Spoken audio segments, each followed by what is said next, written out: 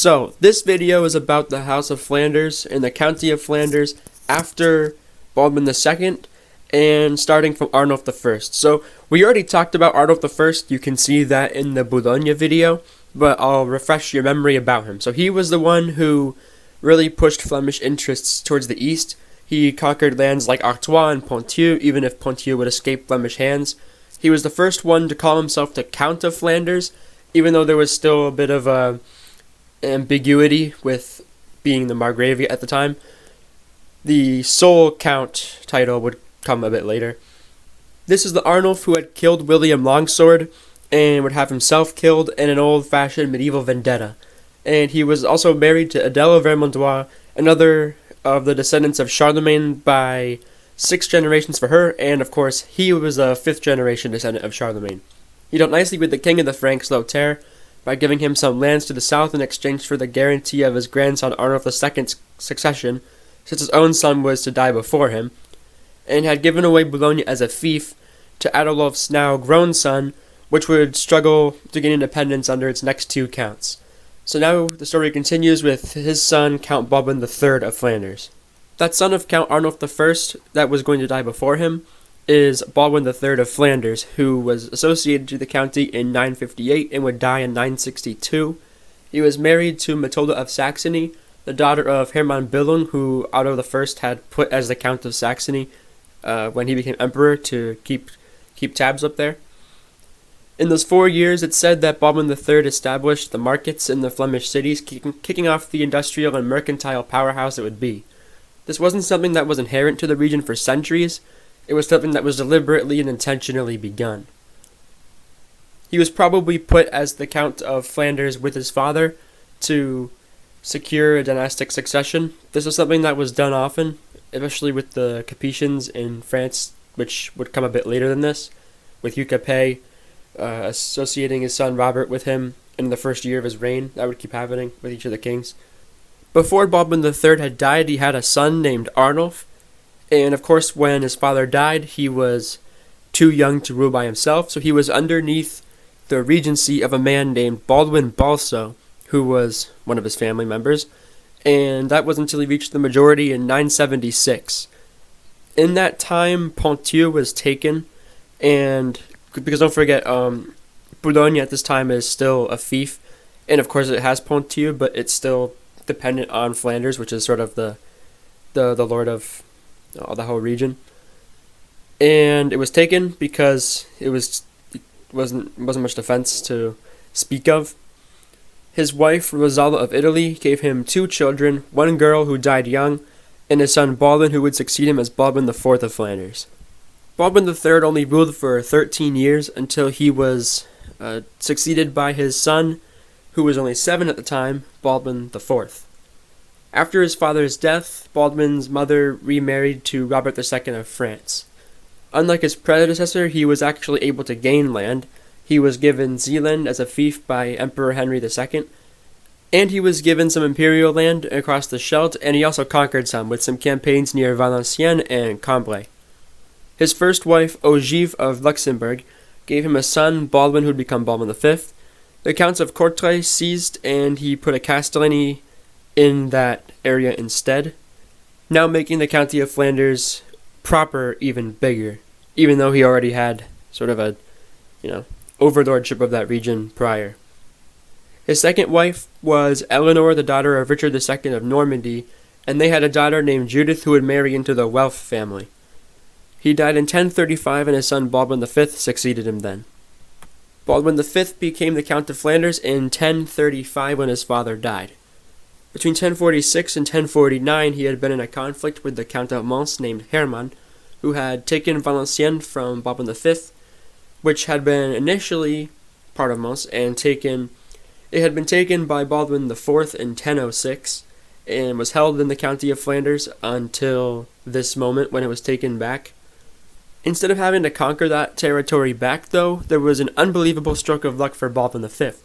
It turned out that Hermann of Mons had died in 1049, and so Baldwin V compelled under duress Richilde, one of his daughters, to marry Baldwin V's son, Baldwin VI of Flanders, and even disinheriting her previous children, so that any children that they would have from now on, her and his son Baldwin VI, would be the continuers. So now, once Baldwin V dies, Flanders and Hainaut will be connected as one county. But even in medieval times, marriage under duress was not something that was smiled upon whatsoever, and especially when it concerned someone's vassals, and especially when that vassal happens to be none other than the emperor himself. So Henry III decided to go on a campaign against them. He went to war against Baldwin V and his son, who was now married to Richilde, Baldwin VI.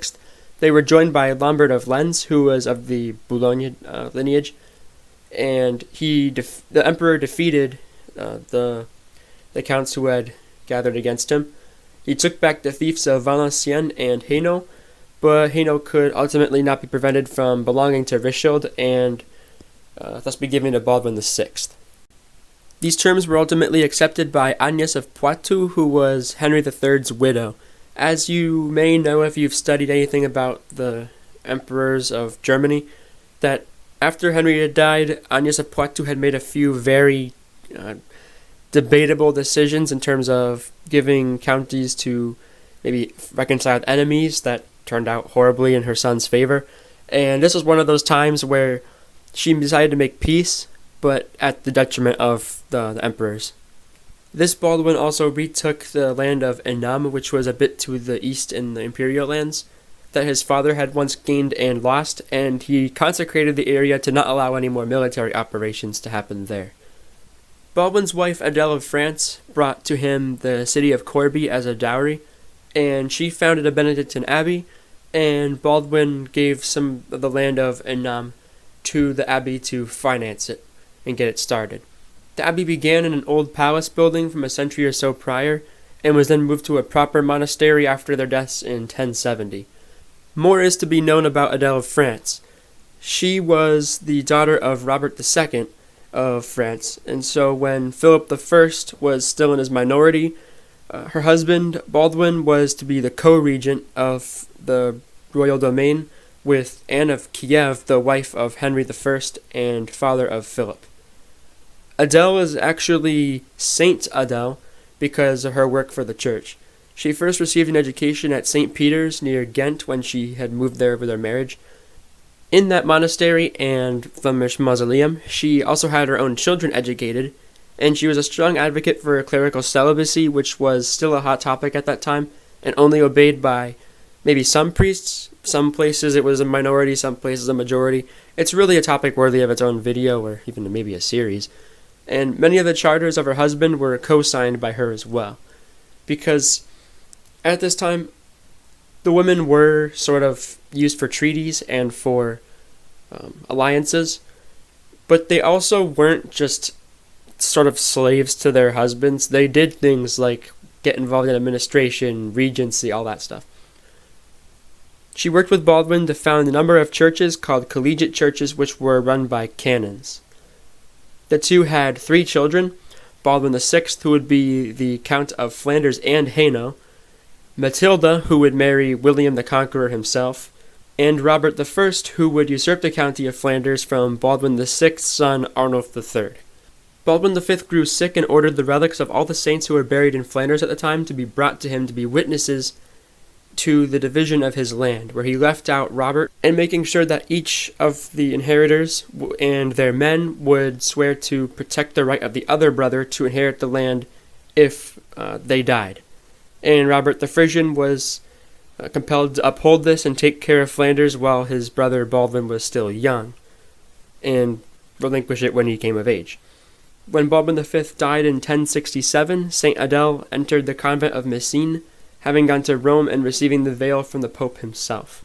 And that's it for this video, about 105 years from 962 to 1067 of Flemish history, of the political and feudal reality that was there. I hope this was a good video. If you're still watching at this point, I'd appreciate it if you left some comments, suggestions, any kind of feedback you want to give. And until the next time, goodbye.